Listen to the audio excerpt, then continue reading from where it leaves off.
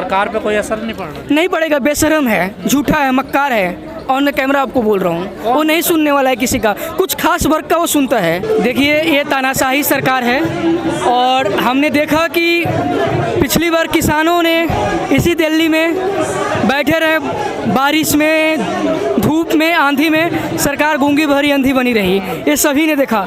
तो पहले देश के जवानों को, फिर किसानों को, फिर युवाओं को और अब देश के पहलवानों को जो पूरे देश में, पूरे विश्व में नाम रोशन किया, वो आज मजबूर है अखाड़े में नहीं बैठकर, आज मजबूर है यहाँ जंतर मंतर पर बैठने के लिए। तो ये कहीं ना कहीं किसी भी राष्ट्र के लिए शर्मिंदा की बात है। इससे बड़ा दुर्भाग्यपूर्ण नहीं हो सकता किसी भी राष्ट्र के लिए कि उस राष्ट्र का युवा, उस राष्ट्र का खिलाड़ी जो पूरे विश्व में परचम लहराया हो, वो अपने देश में जिस प्रधानमंत्री ने उसके जब मेडल जीत के आते हैं पहलवान तो उनके साथ फ़ोटो खिंचवाते हैं और पूछते हैं कि कैसे हो, और वो आज उनके एक आवाज़ पिछले 15 दिन से यहाँ बैठे राजनीति कर रहे हैं पहलवान, राजनीति पहलवान कर रहे हैं। देखिए राजनीति आज हर, अगर मैं देखा जाए एक एंगल से, तो सरकार उम्दा है करने पर और सरकार भूल चुकी है अपने धर्म को।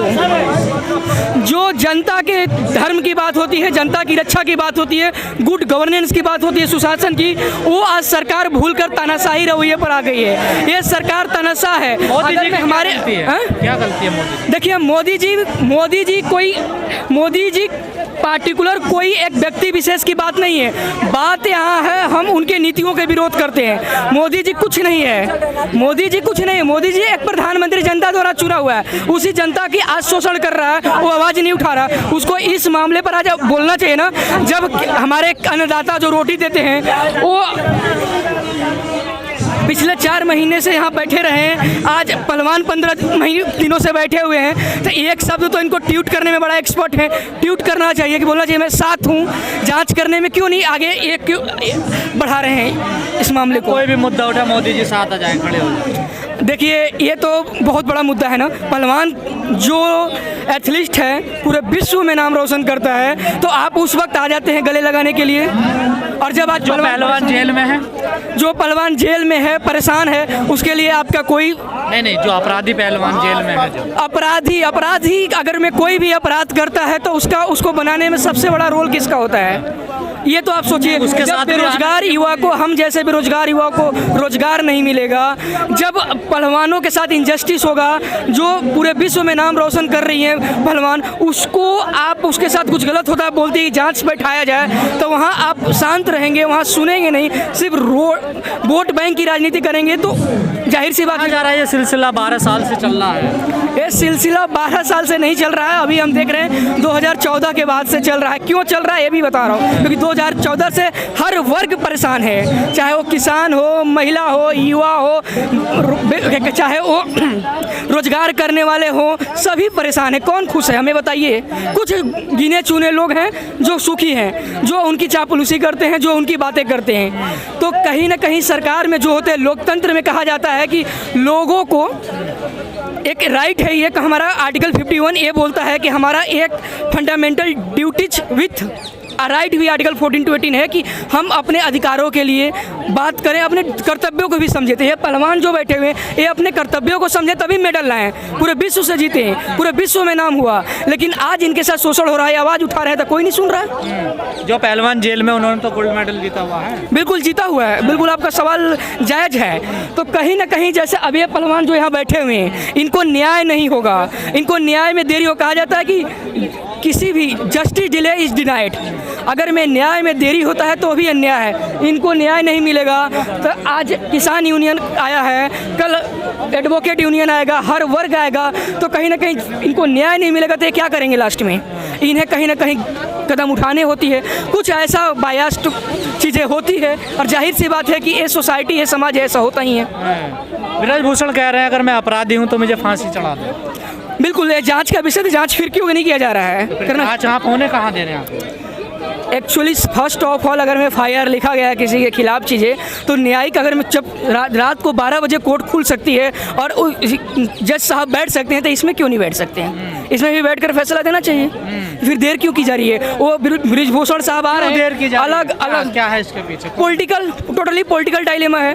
पॉलिटिकल भी है, इनको बचाने के लिए किया जा रहा है। जब और सारे मामले में बचा रहा है? आप ऑन द स्पॉट लोगों को मार देते हो, वहाँ कानून व्यवस्था के नाम की कोई चीज़ नहीं होती है। आपने अभी देखा कि यूपी में मानता हूँ कि कोई गैंगस्टर है, कोई अपराधी है, तो उसका प्रोसेस होता है according to rule and regulation, कानून। न्यायालय क्यों है? अगर मैं ऐसा है तो फिर न्यायालय बंद कर दो। तो जब न्यायालय पर आपको यहाँ भरोसा है, वहाँ भरोसा नहीं था। कौन बचा रहा है? सरकार में बैठे लोग बचा रहे हैं अपने लोगों को, यही चल रहा है। सरकार में कौन बैठे हुए हैं? सरकार में केंद्र सरकार जो वर्तमान में सभी जानते हैं, छोटा छोटा बच्चा जानता है। तो कह रहे हैं मोदी, अमित शाह, जेपी नड्डा कहें तो मैं आज ही इस्तीफा दे दूं। बिल्कुल, कहीं ना कहीं इसका मतलब वही बचा रहे हैं। इनडायरेक्टली आप खुद बोल रहे हैं पत्रकार महोदय। नहीं, बृजभूषण ऐसा कह रहे हैं ना। बृजभूषण साहब कर रहे हैं, बृजभूषण जो कर रहे हैं, तो उस जाहिर सी बात है कि वो क्यों नहीं कह रहे हैं? मोदी जी हो या अमित शाह जी हो या हमारे कानून मंत्री साहब हो, क्यों नहीं बोल रहे हैं वो? तमाम किसान नेता, खाप पंचायत भी चेतावनी दे रही है सरकार को, लेकिन सरकार पे कोई असर नहीं पड़ रहा। नहीं पड़ेगा, बेशरम है, झूठा है, मक्कार है। ऑन द कैमरा आपको बोल रहा हूँ, वो नहीं सुनने वाला है किसी का। कुछ खास वर्ग का वो सुनता है।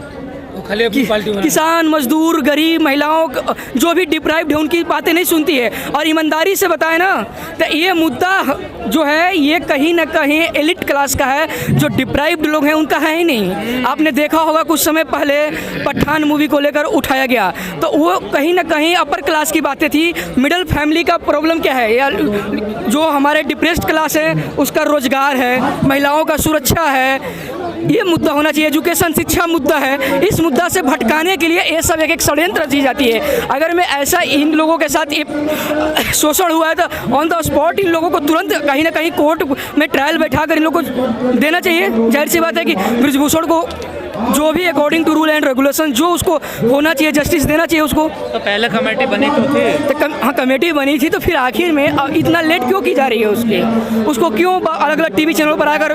खेल मंत्री कह रहे हैं हमने सारी मांगे, खेल मंत्री कह रहे हैं सारी मांगे इनकी मान ली गई, अब इन आंदोलन खत्म कर देना चाहिए। मान लो, तो पहले इन पर भरोसा नहीं है ना। इससे पहले भी हमने देखा 3 काले कानून थे, उसके बाद क्या हुआ था? बोल रहे थे कि मान लेंगे, लास्ट में क्या हुआ आपने देखा सभी को।